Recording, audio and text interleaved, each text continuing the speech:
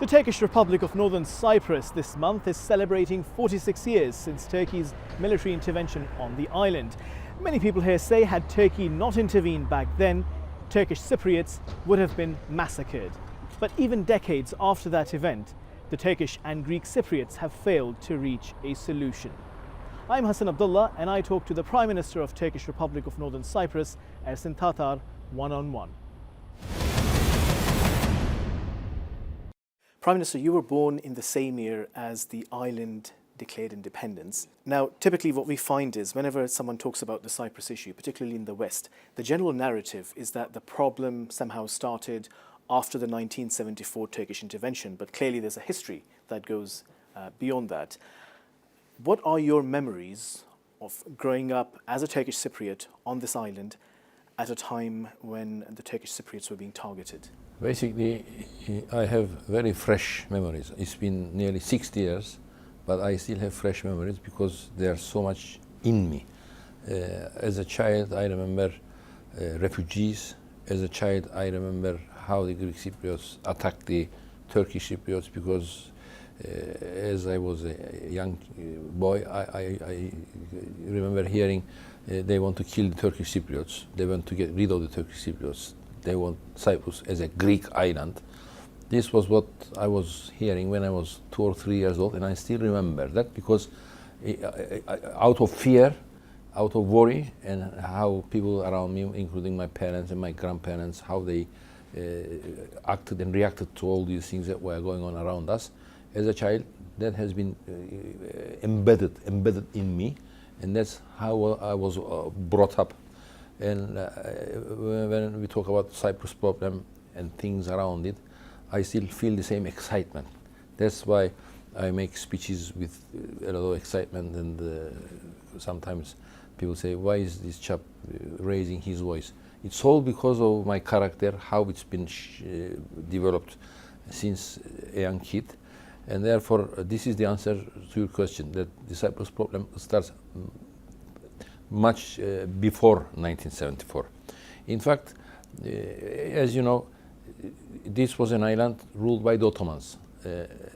After 1571, when Ottomans occupied the island, and they ruled the island until the British came in 1878, and then when the Ottomans left the island, the Turks were obviously very upset. Turkish Cypriots very sorrow for the Ottomans to have rented the island, as it were, to the English. And under the English rule, Turkish Cypriots did a lot of basically good work, as it were, to be able to survive those years without the Ottomans being here. And when the Greek Cypriots started talking about enosis, as Christians maybe they have other relationship with the English rulers, they managed to convince maybe the English rulers and maybe other communities that this island is a natural extension of Greece, as a megali idea, they call it, the enosis vision, basically joining Cyprus to Greece. And the struggle started there, and it went beyond even the English rulers, because the EOKA movement that was established in Cyprus was basically first to get rid of the British and then the Turkish Cypriots and join the island entirely to Greece, with a view to establish a big Greek empire from Greece, extending it to the Eastern Mediterranean and the seas around it, including Rhodos Island and Crete, and finally Cyprus. That was their mega idea. But the Turkish Cypriots obviously obstructed to this, and we did a lot of fighting to object enosis. And we did very well because we had Turkey all along supporting us, including arms movement, struggles, fighting, all the rest of it. We had a lot of people killed in those struggles, even young people, old people, the whole lot. We had a lot of villages attacked, and Turkish people suffered a lot in those years. The real struggle started after the 1950s. and EOKA and terrorist movements, including, as you would remember the names, Grivas, Makarios. Those people led the Greek military with the support of Greece, first of all to attack the British and then the Turkish Cypriots. Basically, all these struggles led to the 1960 agreement. In the 1960 agreement, with the involvement of Turkey, a Cyprus Republic was founded with a view to establish a balance in the Eastern Mediterranean. And that agreement basically comprised two equal communities, Turkish Cypriots and Greek Cypriots. It was a striking balance, as it were, and with the support of the international community and three guarantor powers to the Republic, Turkey, Greece, and the United Kingdom, former colonial rulers. However, after the 1960 agreement, this didn't last for very long, because Makarios, as it were, signed that agreement unwillingly. In fact, he gave the message to his own people that I am signing this agreement because of international pressure. In fact, my aim is still to target enosis. This is just a stepping stone to enosis, and he was never sincere in his attitude. You've talked about Makarios. That was Archbishop Makarios. What was the role of the church, especially during the systematic violence against the Turkish Cypriots? Church obviously is a political instrument, because they lead the political spectrum. A lot of sensitivity in that respect. It's a powerful institution. The church is a powerful institution, it's a rich institution. And therefore, as I was a child, I remember you are talking about Turkish Cypriots, Greek Cypriots living together in a republic, and the president being a Makarios, Archbishop of the church. How can this be? If it was entirely Greek, all Christian, then I can accept.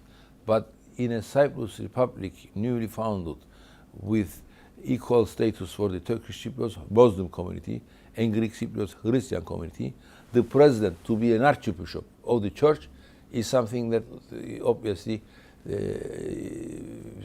something that one cannot accept. But they did it. The president was Archbishop Makarios, with all the dresses come up with it. As a child, I remember that was a picture that I never warmed up to. I was always scared of the picture. An archbishop. I'm a Muslim. I'm a small chap, not exactly aware of what was going on as a child. But the president, Archbishop Makarios, with the gown and the black dress and the thing at the head, it scared me. It scared me. That was my feeling. It scared me. Now, the Turkish Cypriots for quite some time have even agreed to reunification, but it was quite clear that the Greek Cypriots were not interested in that. Turkish Cypriots agreed to reunification on an equal basis. Turkish Cypriots always very sincerely hoped, and they handed their hand to have an equal response from the other side, that everything will be fair, even, and a respectable relationship. And that equality was never granted? Never granted. When you look at the notes and the details, it's always full of traps. Full of traps. At the end of the day, what they wanted to achieve at the end of the day, the majority to rule the minority.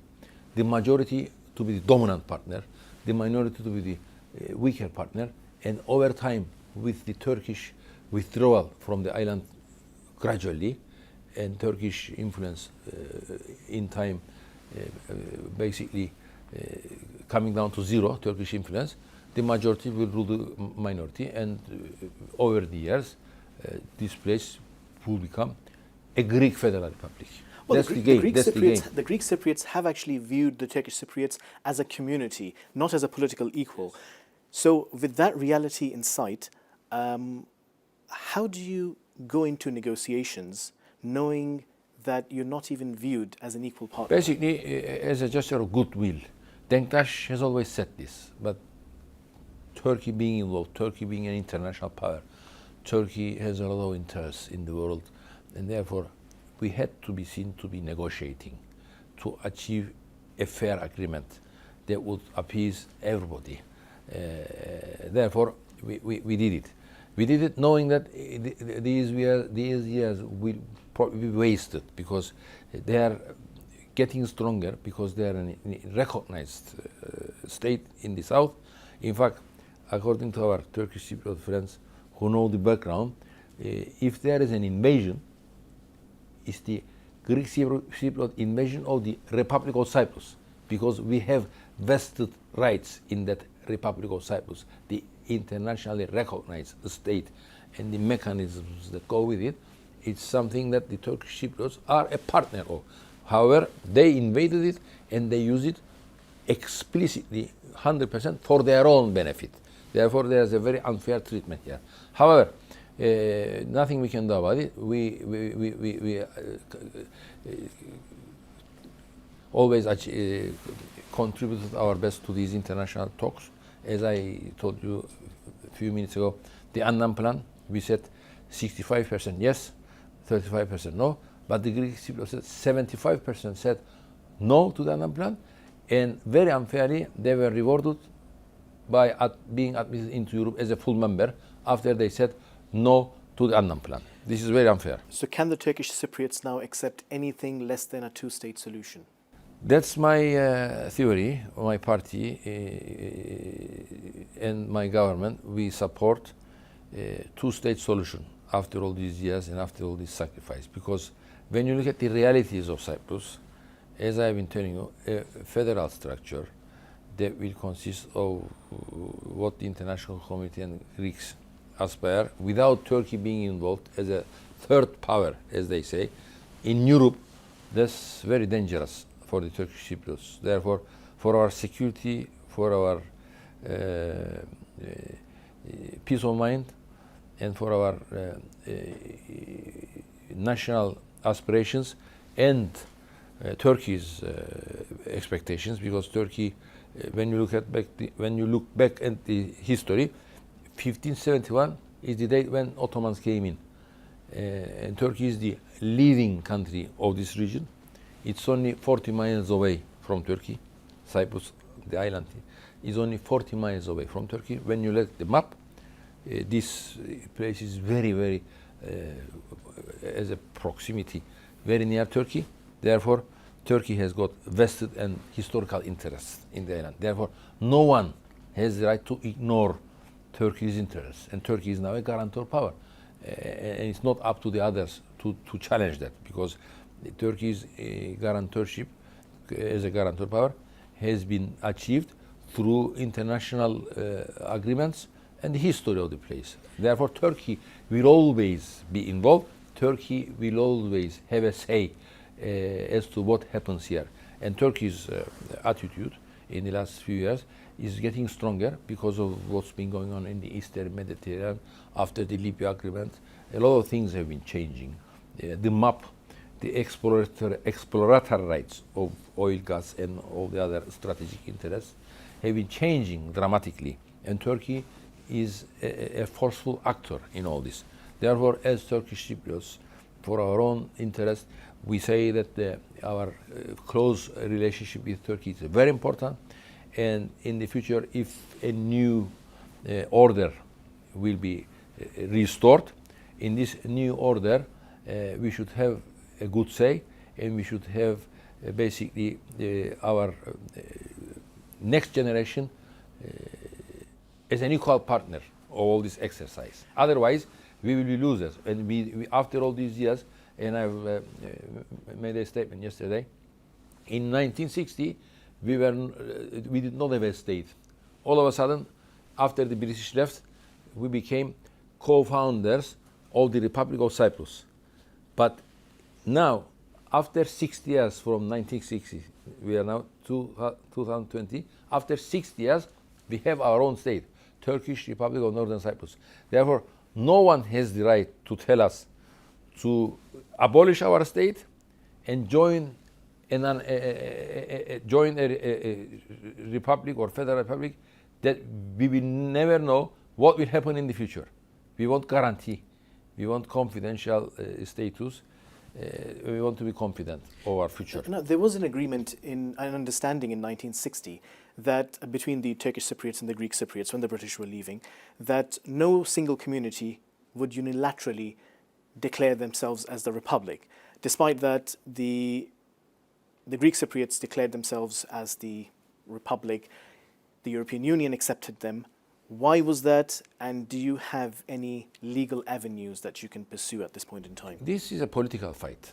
You know, legal, in theory, you can have legal avenue, legal challenges, but to take these matters to court and to get a challenge from a court order is very difficult, because at the end of the day, what is important is the political reality.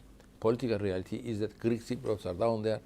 They feel that they're independent, fully state down there, and Turkish Cypriots move to the north.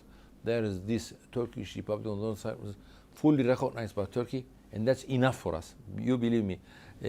Other countries might not be recognizing us, but we have trade with more than 100 countries. We have students from another 100 countries being educated in our universities here.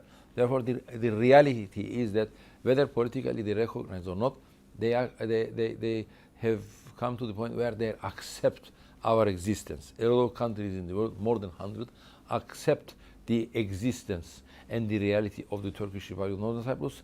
We have more than $2 billion of imports every year from many other countries. We have direct links, trade, and all the rest of it. We have isolation and embargo, which makes our life difficult, basically because we are not enjoying direct flights to North Cyprus. What do you mean by those countries accept you? Because there's no international recognition. They trade with us. We have cultural exchanges. We have all sorts of trade agreements. We have a lot of things, but maybe not political. But it seems that in the international society at the moment, there is no appetite to accept new states. Given that reality of international relations today, are you optimistic that you're really going to get anywhere, or will this status quo continue perhaps for another 50 years or so?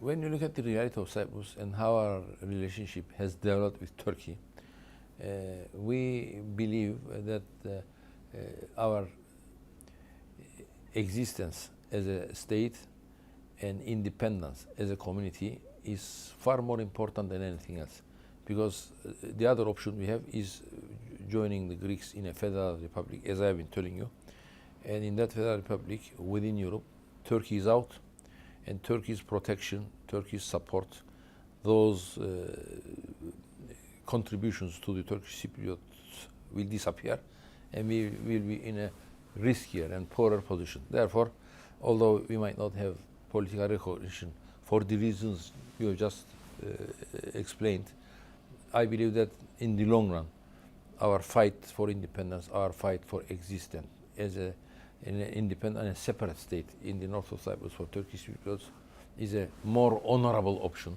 and that's what we are working for. We are working for this. We have opposition within our Turkish Cypriot political structure. We have opposition, sometimes serious opposition, but I think they are not saying the truth to their supporters, because they know that if we go the way they propose, just because they want to have another option to what our strategy is for a political reason, they know that it's a very dangerous road. They know that they will not get from the friends in the south what we should be getting: honorable treatment, equal status, and expectations of the future. There are two communities in Cyprus, Turks and Greeks. If they go the way that the others want, then in the long run, Turkish Cypriots will disappear. And we will never want, after all these struggles, it's a more than 500 year struggle. When you think and go back to 1571, when the Ottomans came into Cyprus as rulers and one of the biggest empires, and ruled Cyprus for more than 300 years, and then the British came, and then they came back, and now we have Turkish intervention after 1974.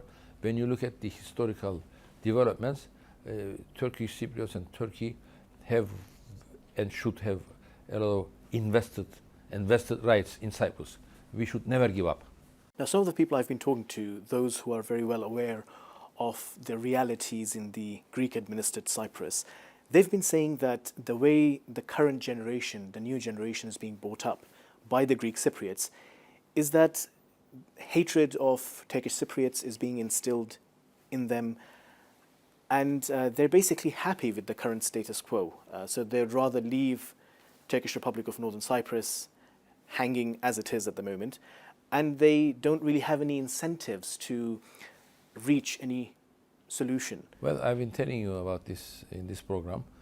Annan plan is basically what happened as you've been telling.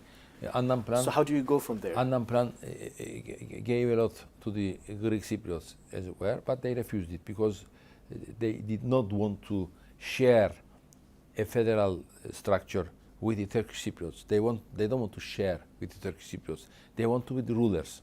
They want to be the ultimate owners, and they want in time the opportunity to get rid of the Turkish Cypriots. And basically, if Turkish Cypriots suit them, and Turkish Cypriots as individuals will accept to be part of the bigger community as merchants, as lawyers, as any professional people, that's okay, because that Turkish Cypriot will be a citizen of that federal structure. However, they will not tolerate Turkish Cypriot community surviving as a community. They want to destroy that. That's very important. We find that even when it comes to some symbolic issues, for example, when we look at the case of Hagia Sophia, there's been reaction from the European Union members, there's been reaction from other Western countries, but that doesn't happen when we see even, for example, the persecution of Turkish Cypriots. That does lead many people to claim that perhaps it's the Muslim identity that creates this prejudice. Do you accept that thesis? Unfortunately, we've been suffering that all our lives. We had massive graves here. We have in 1960 until 1974 a lot of attacks on the Turkish Cypriots. Where were the United Nations? Where was Europe?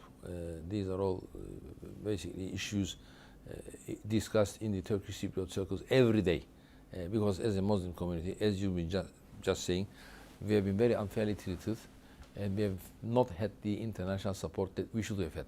In 1963, 1967, Geçitkale struggles, 1968, we have a lot of episodes that we were alone until 1974 when Turkey came in. And since then, we've been still fighting on with the international community to get our right. We only want our right. We don't want anything from the other side. We want our own rights to be respected. So, as you just said, when it comes to them, their voice gets heard. Hagia Sophia, okay. Before 1453, it was what it was. But after the Ottomans came into Istanbul, after 1453, it was a mosque for so many years, and it's within the Turkish Republic.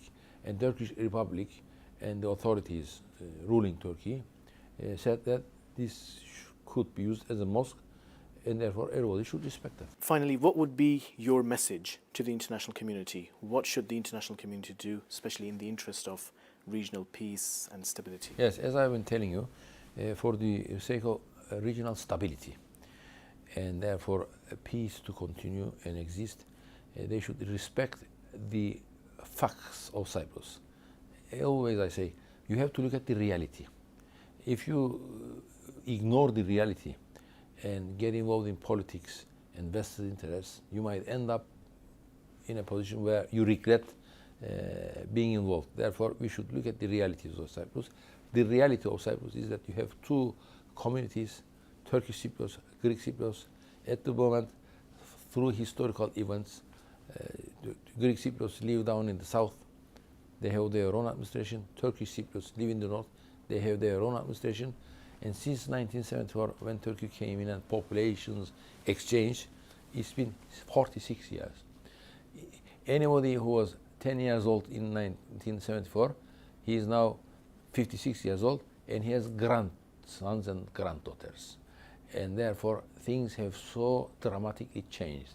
And after all the years, to have a reunion and everything reverting back to as if nothing has happened, that's living in a dream world. Therefore, we have to look at the realities and come up with new possibilities based on the reality.